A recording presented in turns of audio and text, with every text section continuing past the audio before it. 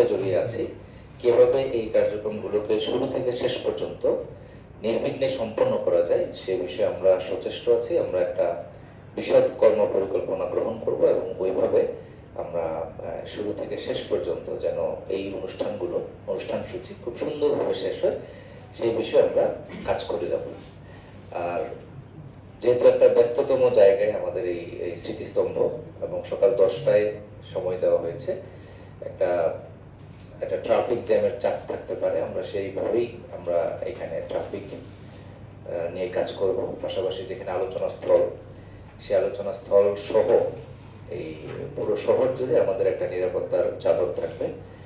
আর কোনো ধরনের যেন আইন শৃঙ্খলার অবনতি না ঘটতে পারে সে বিষয়ে আমরা এখন থেকেই সচেষ্ট আছি।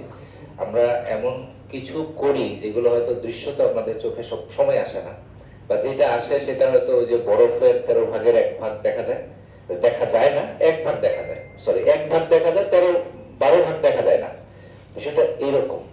এখন আমরা অলওয়েজ কাভারে, সার্ভেলেন্সে কাজ করে যাচ্ছি। আশা করি খুব সুন্দরভাবে এই অনুষ্ঠান সম্পন্ন হবে। আমি আর কথা বাড়াচ্ছি না, সবাইকে ধন্যবাদ জানিয়ে আমার সংক্ষিপ্ত